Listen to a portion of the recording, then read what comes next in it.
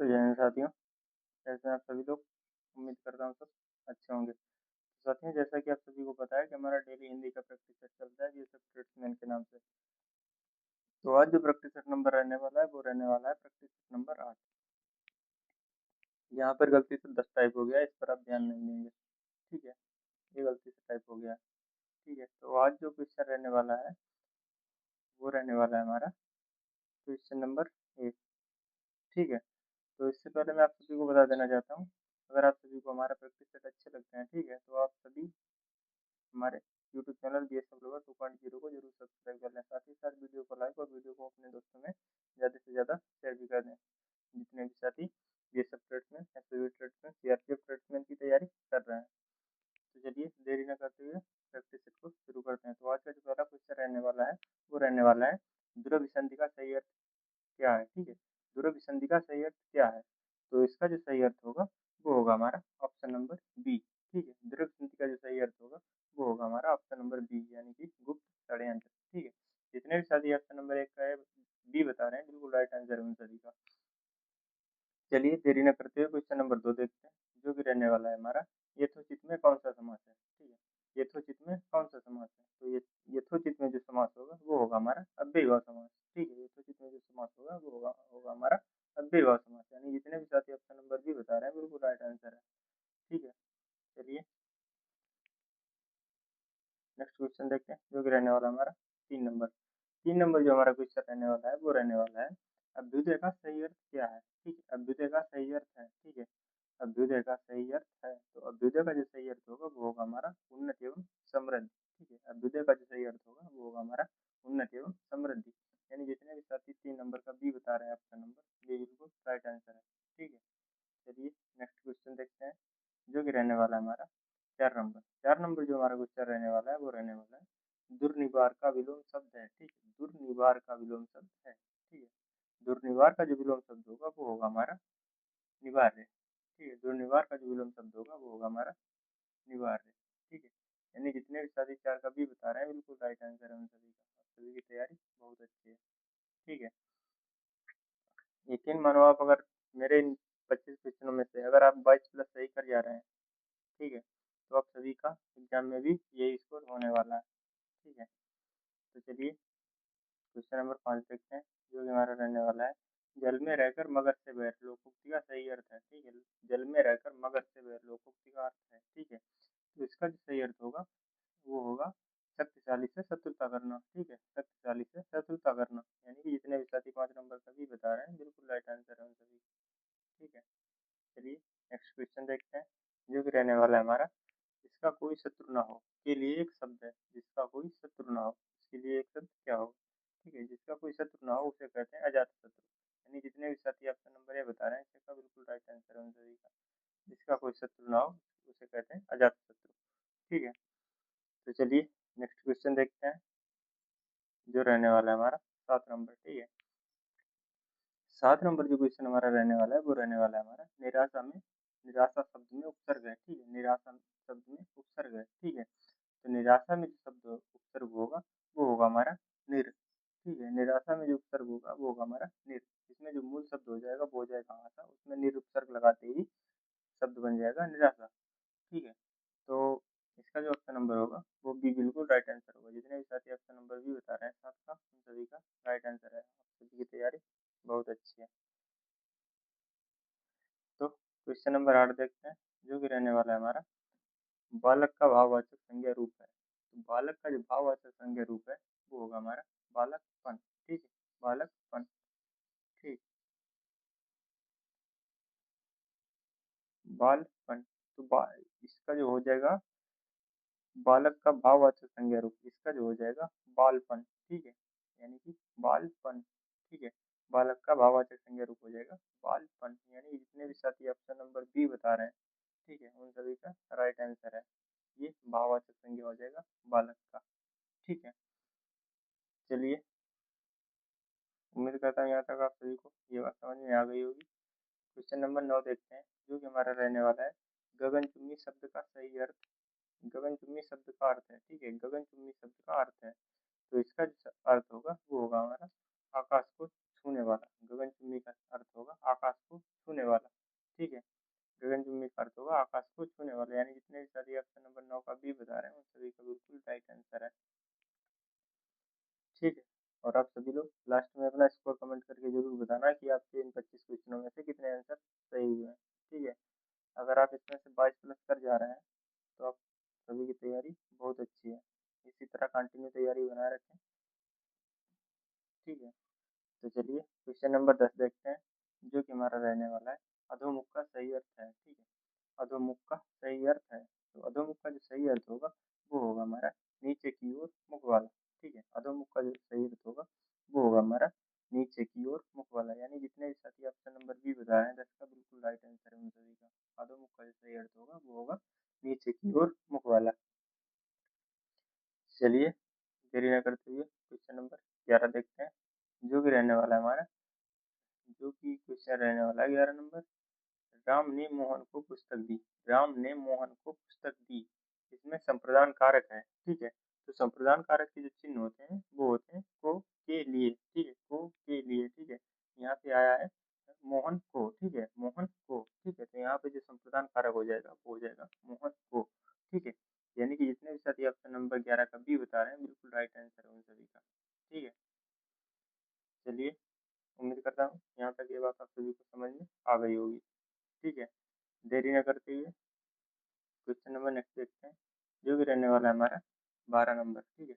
12 number जो हमारा question रहने वाला है वो रहने वाला है कठपुतली शब्द में कौन सा समास है, ठीक है। कठपुतली शब्द में कौन सा समास है, तो कठपुतली शब्द में जो समास होगा होगा वो होगा हमारा तत्पुरुष समास। कठपुतली शब्द में जो समास होगा वो होगा हमारा तत्पुरुष समास, यानी जितने भी साथी ऑप्शन नंबर बी बता रहे हैं 12 का बिल्कुल राइट आंसर है सभी, ठीक है। उम्मीद करता हूँ यहाँ तक ये बात आप सभी को समझ में आ गई होगी। तो 13 नंबर क्वेश्चन देखते हैं, जो कि रहने वाला है हमारा मूक का पर्यायवाची शब्द है, ठीक है। मूक का पर्यायवाची शब्द है, ठीक है। मूक का पर्यायवाची शब्द है, मूक का जो पर्यायवाची शब्द होता है वो होता है हमारा निशब्द, ठीक है। मूक का पर्यायवाची शब्द होता है निशब्द, वाचाल नहीं होगा, वाचाल इसका विलोम होता है, ठीक है। मूक का विलोम होता है वाचाल, लेकिन यहाँ पे पर्यायवाची पूछ रखा है, तो मूक का जो पर्यायवाची होगा वो हो जाएगा हमारा निशब्द, यानी कि जितने भी साथी 13 का बी बता रहे हैं उन सभी का राइट आंसर है, उन सभी का राइट आंसर है, ठीक है। उम्मीद करता हूँ यहाँ तक के बाद सभी आप सभी को समझ में आ गई होगी, ठीक है। तो चलिए नेक्स्ट क्वेश्चन देखते हैं, जो कि रहने वाला है हमारा 14 नंबर। 14 नंबर जो हमारा क्वेश्चन रहने वाला है वो रहने वाला है नभ का पर्यायवाची नहीं है, ठीक है। नभ का पर्यायवाची नहीं है, तो नभ का जो पर्यायवाची नहीं है वो नहीं है सागर, ठीक है। सागर जो है वो नभ का पर्यायवाची नहीं होता है, ठीक है। बाकी ये जो व्योम, गगन, आकाश, अंबर ये सभी नभ के पर्यायवाची होते हैं, ठीक है। सागर जो है वो समुद्र का पर्यायवाची होता है, ठीक। तो जितने भी साथी ऑप्शन नंबर डी बता रहे हैं 14 का उन सभी का बिल्कुल राइट आंसर है, ठीक है। उम्मीद करता हूँ यहाँ तक ये बात आप सभी को समझ में आ गई होगी, ठीक है। चलिए नेक्स्ट क्वेश्चन देखते हैं, जो कि रहने वाला है हमारा तिल का ताड़ बनाना मुहावरे का अर्थ है, ठीक है। तिल का ताड़ बनाना मुहावरे का अर्थ है, ठीक है। इसका जो अर्थ होगा वो होगा हमारा छोटी बात को बड़ा चढ़ाकर कहना, ठीक है। छोटी बात को बड़ा चढ़ाकर कहना, ठीक है। तिल का ताड़ बनाना छोटी बात को बड़ा चढ़ाकर कहना, ठीक है। यानी कि जितने भी सारे 15 का ऑप्शन नंबर भी बता रहे हैं वो सभी राइट आंसर है उन सभी का, ठीक है। उससे पहले आप सभी बताते हैं कि जितनी देर में इस क्वेश्चन को रोकता हूँ यहाँ पे, ठीक है। तो ये क्वेश्चन जितनी देर तक आप सभी को दिखता है आप सभी लोग इतनी देर में इसका राइट आंसर दे पाते हैं या फिर नहीं दे पाते हैं, ये फिर मुझे थोड़ी देर और रोकना चाहिए। मेरा जो टारगेट रहता है कि मुझे 15 मिनट से पहले पहले मुझे 25 क्वेश्चन कराने हैं, ठीक है। कम समय में ज़्यादा क्वेश्चन कराने हैं, ठीक है। कम समय में ज़्यादा क्वेश्चन कराने हैं, बाकी की तरह नहीं कि पूरे 50 मिनट ले जाएं, ठीक है, उसमें से 25 क्वेश्चन कराएं, तो वो मेरे समझ में नहीं आता है। मैं जैसे कि आप सभी को बहुत ही कम समय में पूरे पूरे क्वेश्चन कराने की कोशिश करता हूँ, ठीक है। तो उम्मीद करता हूँ यहाँ तक ये बात आप सभी को समझ में आ गई होगी। वैसे तो टाइम काफ़ी मेरे में भी बहुत मिल जाता है, सभी लोग इतने में आसानी से कर पा रहे होंगे, ठीक है। जितने साथी कर ले रहे होंगे तो वो आसानी से कर पा रहे होंगे, टाइम बहुत पर्याप्त मिल जाता है, ठीक है, और टाइम ही हमें एग्जाम में बचाना है, तो ज़्यादा देर हम इसको नहीं करेंगे। एग्जाम में भी हमें ये 12 से 13 मिनट में अटेम्प्ट करनी पड़ेगी हिंदी, तब जाके हमारा एग्जाम जो है वो अच्छे से हो पाएगा, क्योंकि एग्जाम में टाइम का सबसे बड़ा रोल रहता है।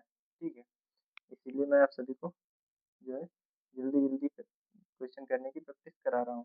ठीक है, तो चलिए 16 नंबर क्वेश्चन देखते हैं, जो कि रहने वाला है हमारा स्वार्थ का विलोम शब्द है। ठीक है, स्वार्थ का जो विलोम शब्द होगा वो होगा हमारा परमार्थ।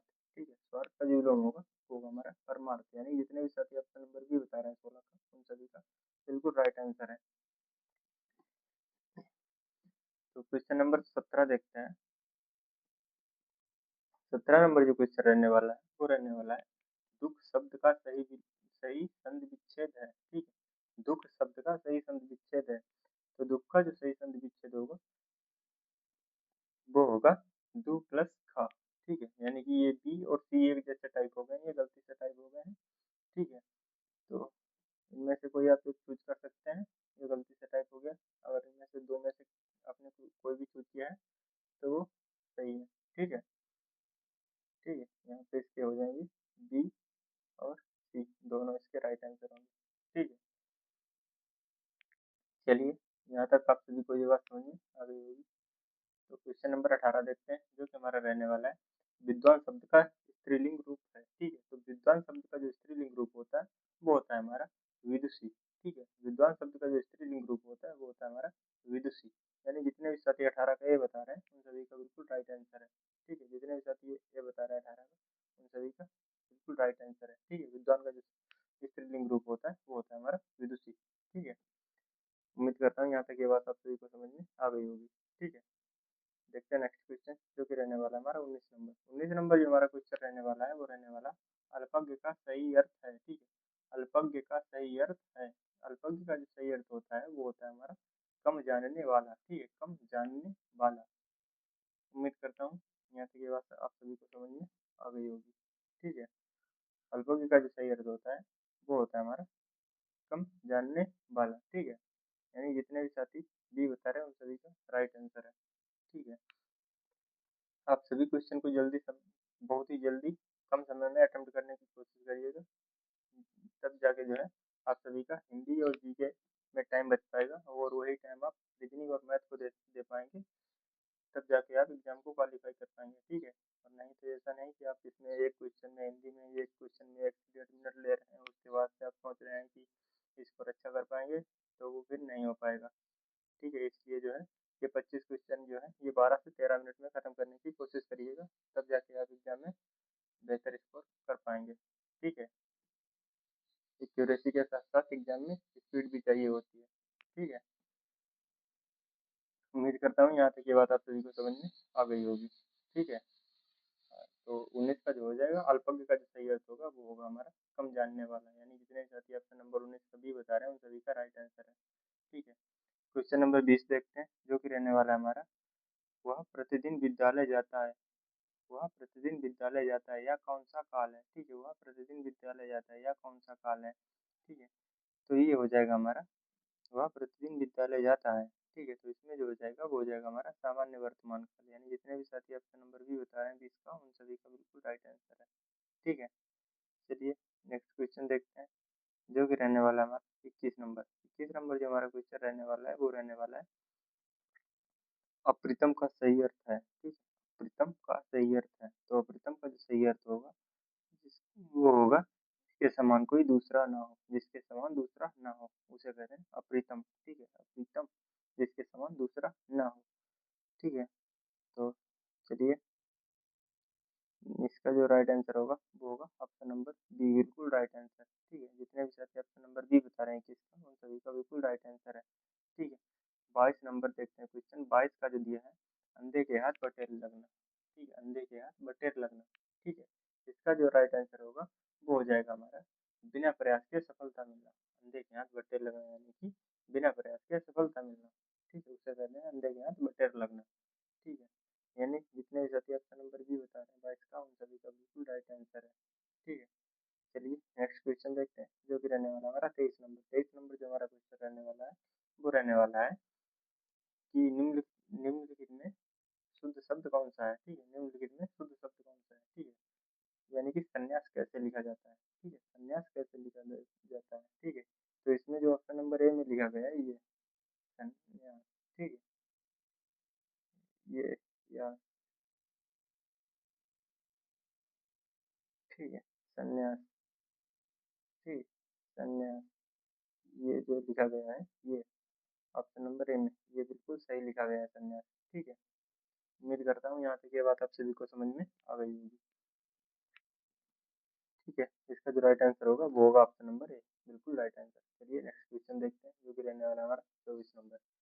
24 नंबर जो हमारा क्वेश्चन रहने वाला है वो रहने वाला है अनुज शब्द, अनुज का विलोम शब्द है, ठीक है, अनुज का जो विलोम शब्द होगा, ठीक है, अनुज का जो विलोम शब्द होगा वो होगा हमारा अग्रज, ठीक है। अनुज का अर्थ होता है छोटा, अग्रज का अर्थ होता है बड़ा, ठीक है। तो इस प्रकार जो अनुज का शब्द होगा, अनुज का जो विलोम शब्द होगा वो होगा हमारा अग्रज, यानी जितने भी साथी ऑप्शन नंबर 24 का ए बता रहे हैं उन सभी का बिल्कुल राइट आंसर है। चलिए आज का नेक्स्ट क्वेश्चन देखते हैं, जो कि रहने वाला है हमारा 25 नंबर और आज का इस क्लास का अंतिम प्रश्न, ठीक है। तो इस क्लास का जो अंतिम प्रश्न रहने वाला है वो रहने वाला है, वह परीक्षा में सफल हुआ क्योंकि उसने कठिन परिश्रम किया। इस वाक्य में क्योंकि क्या है, ठीक है, वह परीक्षा में सफल हुआ क्योंकि उसने कठिन परिश्रम किया। इस वाक्य में क्योंकि क्या है, वह परीक्षा में सफल हुआ क्योंकि उसने कठिन परिश्रम किया। इस वाक्य में क्योंकि क्या है, ठीक है। तो इस वाक्य में जो क्योंकि होगा वो होगा हमारा समुच्चय बोधक अव्यय, ठीक है, वो होगा हमारा समुच्चय बोधक अव्यय, यानी कि जितने भी जाति 25 का बी बता रहे हैं वो सभी राइट आंसर है उन सभी का, ठीक है। आप सभी की तैयारी बहुत अच्छी है। तो ये थे आज के कुछ हमारे 25 महत्वपूर्ण प्रश्न, जो कि थे special BSF tradesman, SSB tradesman और सीआरपी ट्रेड्समैन वालों के लिए, ठीक है। तो उम्मीद करता हूँ ये सेशन आप सभी को पसंद आया हो, अगर सेशन पसंद आया हो तो वीडियो को लाइक और चैनल को सब्सक्राइब जरूर कर लें।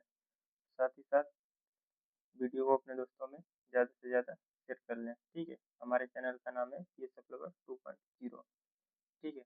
अगर आप हमसे जुड़कर तैयारी करना चाहते हैं तो आप हमारे यूट्यूब चैनल को जरूर सब्सक्राइब कर लें, ठीक है।